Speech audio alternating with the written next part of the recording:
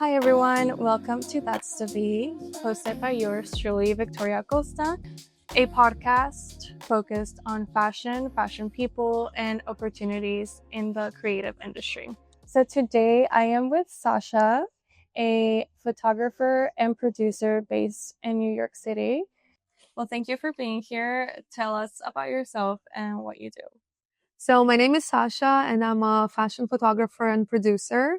I've worked in this industry for, I want to say about like 5 years, if we really stretch it out to like the beginning and like day one.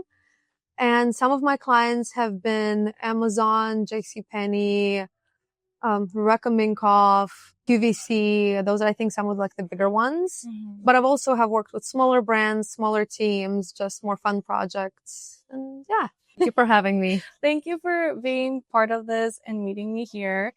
So I want to really know where you got started, how you got into the industry, and like how you made it all happen and where you are now. So, I really made it happen, like they say, with my own like sweat and tears, basically, because all of my background was in engineering and management, because I went to college for engineering and then I switched to management in engineering when I went to get my master's.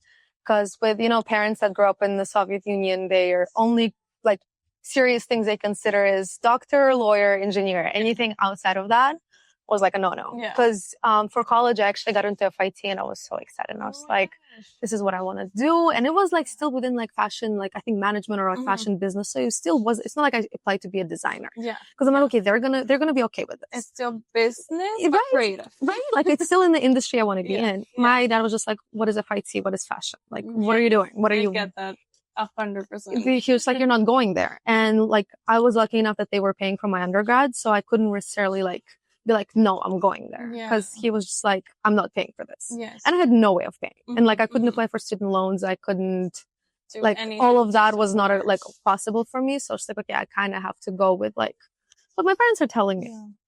So I did 4 years of that. And then I went into master's because my parents were like, obviously you need a master's. Like, how are you going to be without a master's? I'm like, I'll be fine. They're like, no.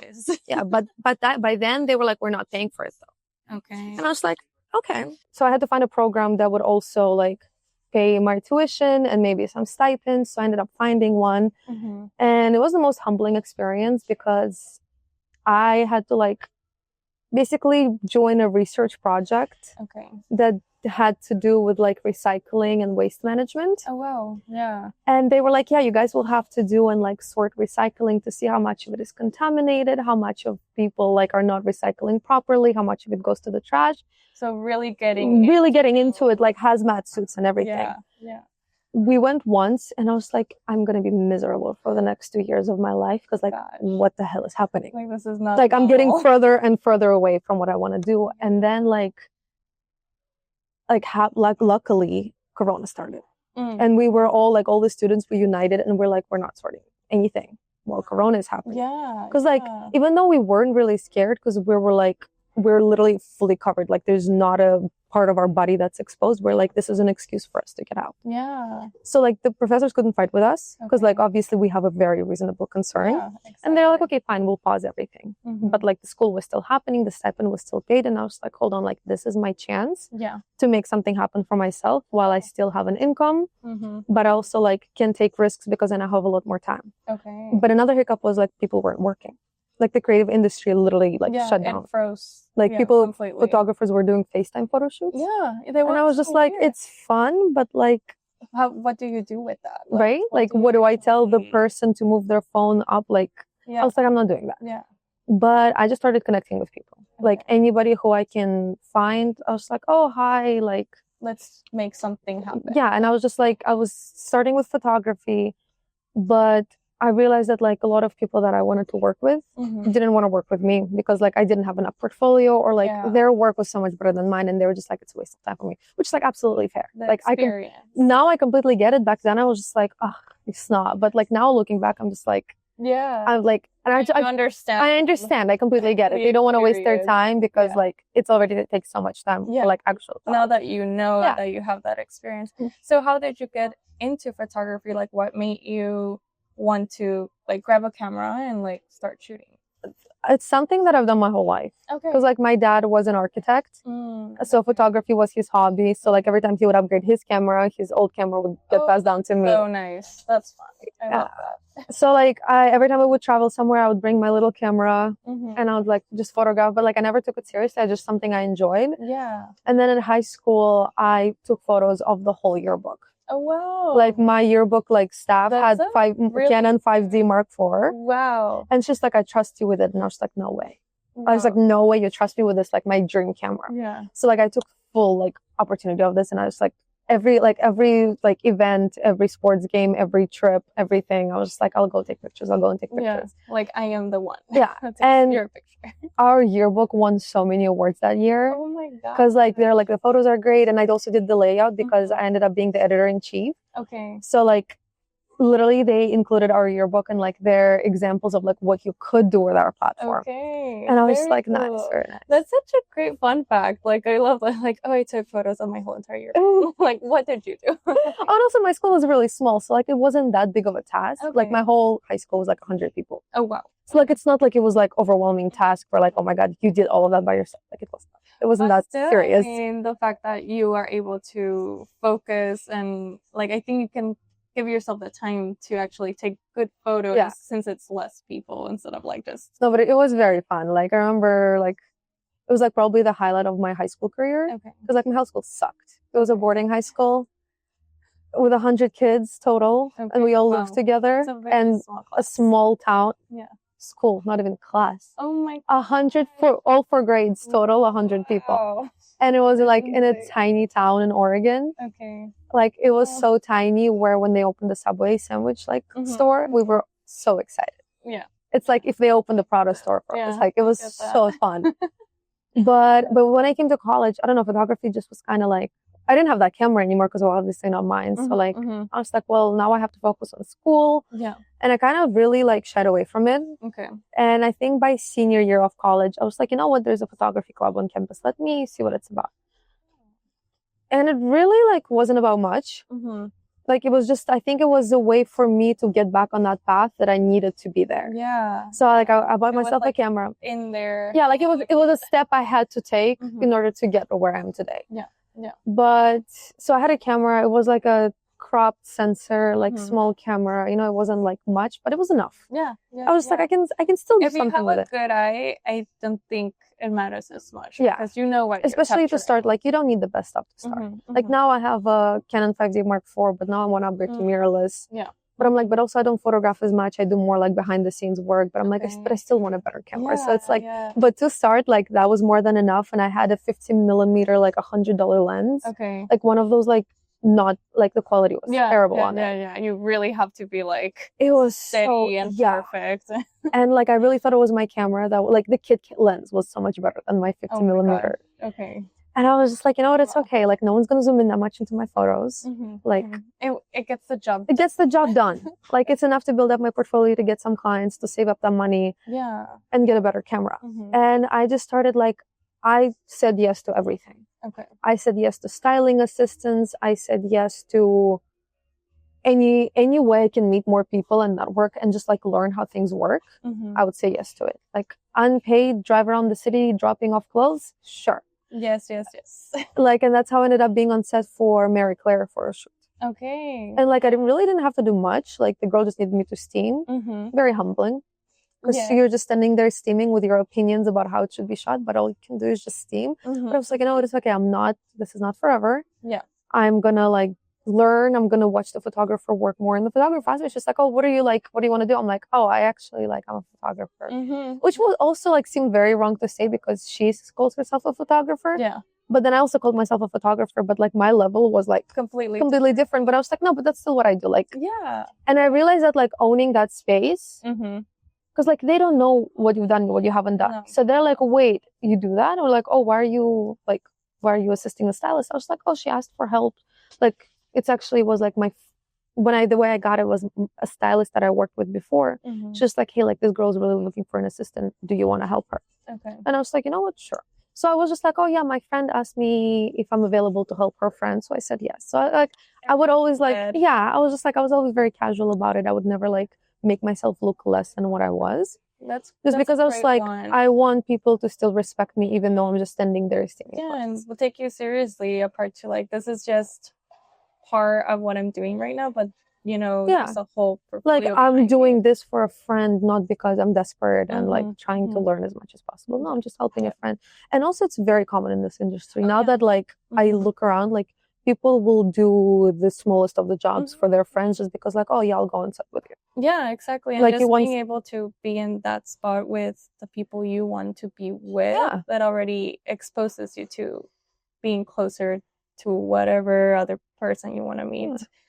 That's so interesting. And like step by step like that, like eventually, like, because I was saying yes to everything. Eventually I would start being more selective because like there was one opportunity during New York Fashion Week and it wasn't paid, but I was like, it's okay, like I'll get runway photos. I walked out halfway through. Oh my god. It was so bad. I was like, no, even for me, this is not okay. Like I was like, I'd rather have no opportunity today than have this one. Yeah, no, and I love that you said that giving yourself that reassurance of like, I am a photographer and I am doing this, although you were doing something different at the time. I think that's such like a strong phrase to say, like giving yourself that like comfort and that like position and confidence to be taken seriously with anybody. Because like they don't know who you are, so like they'll believe whatever you say. So why would I not say what I am, or at least I'm trying to be? Then it's like one of those like fake it till you make it. Classic. It's like a like manifestation in a way where you're like, I'm gonna say I'm this until like I am this. The whole time. That's very cool. So then, what is a project you are excited about currently? Currently, so I'm producing the photo shoot for a big handbag brand. Okay. And at this point, I think for this like season that we're shooting, I've produced like 3 different shoots for them in different locations, but things ended up changing time-wise, location-wise, product-wise, where we had to like scratch all the previous 3 and do it again. Okay. So it got rescheduled for January, but I am booking kind of a celebrity for them for one of the shoots. Okay. I don't know if I'm allowed to say anything yet. I don't know when this is coming out, but it's like a reality TV show celebrity, which like even the designer herself, she's just like, there's no way we're getting her. I'm just like, I can get her right now. Like, it's just like, get her right now. Oh, and at first she was kidding because like we were out like drinking and I was like, no, she's kidding. And then later on she texted me again. She's like, can we actually get her? I'm like, wait, are you serious? I was like, yeah, we can. Like, just like, okay, get her now. And I was like, oh shit, okay. That's exciting. So so I'm hoping that like the 4th time is the charm with this one, and we don't have to move locations anymore, and like all the product will come in and it will actually happen, because that's very exciting. Okay, how is the process when you have to reproduce something you've been working with? Is it something you have to retake and you already took it, or is it something it's just in the planning section and you just have to replan? So it really depends. Like with this project specifically, where we're still in the planning stages, but it was like we planned it for one date. And then we were like, oh, like the designer herself can't be there on those dates, so we have to move it. So like what I already planned, like I reached out to all the agents for the models, beauty assistants, location scouting. They're like, oh, we now have to move a week away. So I have to redo the like availabilities for all those days. Some girls become not available, so I have to ask for more girls. And then I'm like, okay, well, we like these ones. Can I get their self-tape? So it's just like tedious work that I'm like, I really should get in my own assistant to do that job now, because like, just so I can like free up like I'll do it once, but if it has to be redone here, just like redo the same things. And like you'll get experience and then you can do it on your own for your own project. But then if we change locations, I have to redo the whole searching for similar locations in a whole different environment. Like I remember I sent you like the Texas locations, like the Rocky. I had to find it in California, which was easy. Like California has similar things, but then they were like, no, never mind, Florida. Oh my gosh. So I'm like, okay, wait, Florida doesn't have this stuff. So I had to find something similar in Florida and like other things too to suggest to them, and then like get their approvals, or they're like, no, I need something different. So like, it's just like doing the same things over and over again. When photo shoot does happen and we're like, oh wait, we missed some product we had to shoot, we just find a way to like recreate kind of set. No, we just like shoot it in studio or something with like the backdrop is like a similar like coloring as the rest of the photo. So like it still feels like it's like So it looks like part it's of the intentional, story. but it Yeah. really wasn't. Yeah. I get that. Okay. No, that's very interesting because I feel like people don't know what it takes, like, to produce anything or I mean, everything. it could be a week or 2 weeks to produce something, Mhm. or if it could be 2 months. It really depends on the scale and also like how organized the brand is. So you're able to, I mean, take the photos, but you're also planning behind the lens and models and location. No, And if I'm planning, I'm not photographing. Okay. Because then on set, I have to be the one that just like directing, scheduling, Mhm. reservations, transportation. Like I'm orchestrating the whole thing where I'm Got like, it. you have 2 minutes left. You need to be ready. The model needs to change this model. So like, it's impossible to like produce and photo shoot, especially like if it's a smaller scale shoot and it's in studio, Yeah. it probably is possible, but why would you want to stress yourself out like that? It's Because like going from production to photography yeah, is very difficult because It like is. it's you're going from critical thinking to creative thinking. which is like It's really so hard. messy in your head. I've done it a few times where I really want to create something for a client and they don't have such a big team. So I basically produce, plan, contact, and then also shoot. And now that you're saying this, it's really like coming to my head, Yeah. like how exhausted I am, like It's trying to tiring. do everything at the same time. But like it's only worth it for a project you really want. Yeah. Or for your own creative project where you're like, I have the vision, I have everything. But even then I would suggest just like at least getting an assistant where you're like, hey, like make sure this is, because like, let's say something goes wrong. Like what do you do? can't be fixing it while you're also continuing to shoot. Exactly. So like an intern or an assistant just for like that moment if something does go wrong. Backup to like continue shooting, but someone's still on Someone set is to still help taking you care out. of things. Yes. Yeah. That's what my boyfriend does.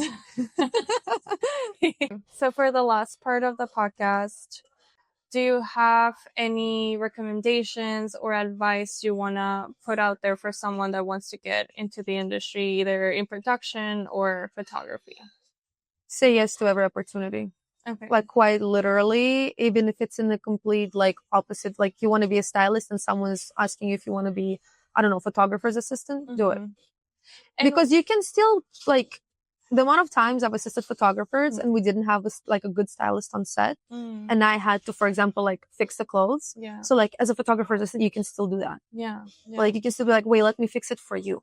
So you're like, the photographer, you get that experience. The photographer will be grateful for you because you're like, oh damn, like that. I'd rather have it fixed now than Photoshop it later. Because the amount of times I've said, oh, I'll just retouch it later.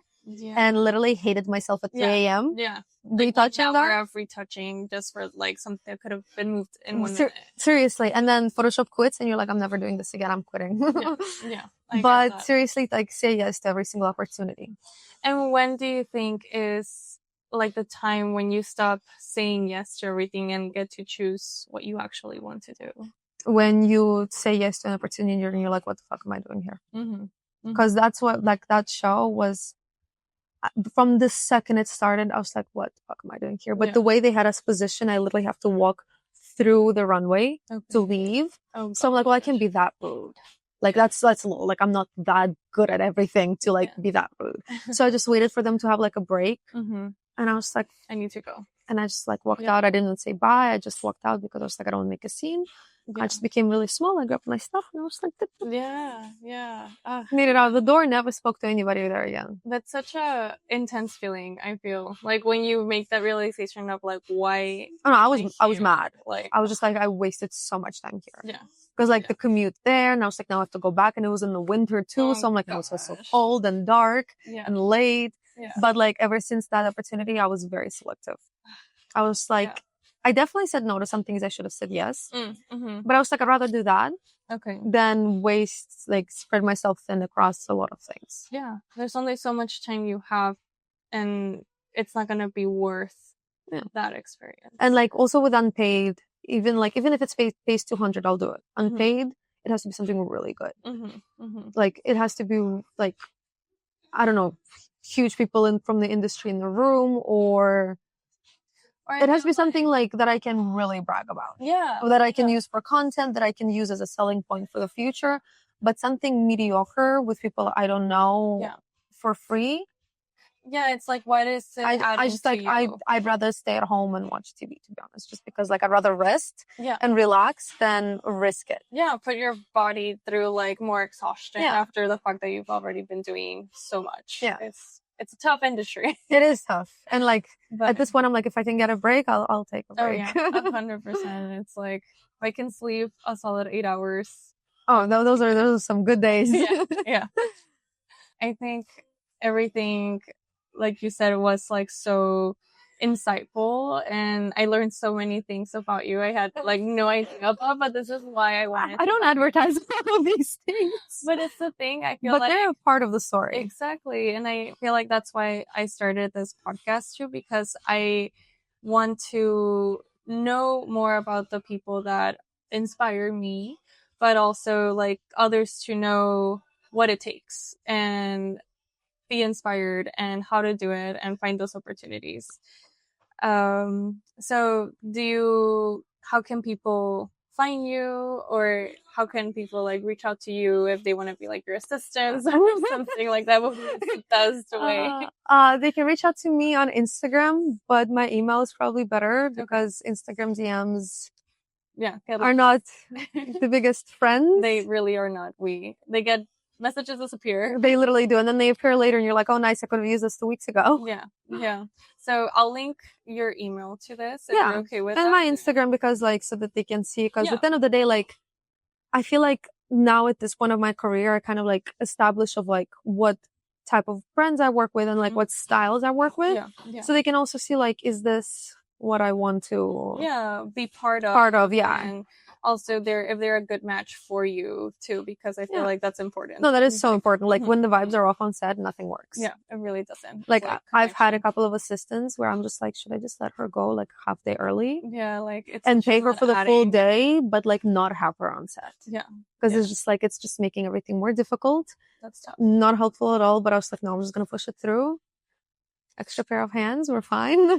Yeah, like see what they can actually do. Yeah, like try to direct her into like, okay, more useful, and I'll do this instead. Okay. Well, very cool, and thank you so much for being part of this. Thank you for having me. Telling your story, how you started, and like the bumps on the road. I think those are so important. People. No, they are. What it takes. And honestly, I feel like the bumps are like what shapes you. If it was always so smooth, you would have been like. Yeah, it's like just then what do you learn? What experience do you get? The bumps is what like I think gave me the most like lift kind of. Yeah, that like confidence or even that and opportunities too. So I feel like a lesson here is like tough it out. Tough it out and keep going, because everybody went been through bumps. Yeah, and the bumps don't define you. At the end of the day, it's are you going to keep going after the bump? That's what matters. Well, thank you so much. And that's the V. Thank you for tuning in. Make sure to follow at That's the V podcast on all platforms for more fashion content. And a big thank you to our sponsor, JAG Premier Advertising Agency. If you're looking to get on platforms like Hulu or Netflix, check out the link in the description.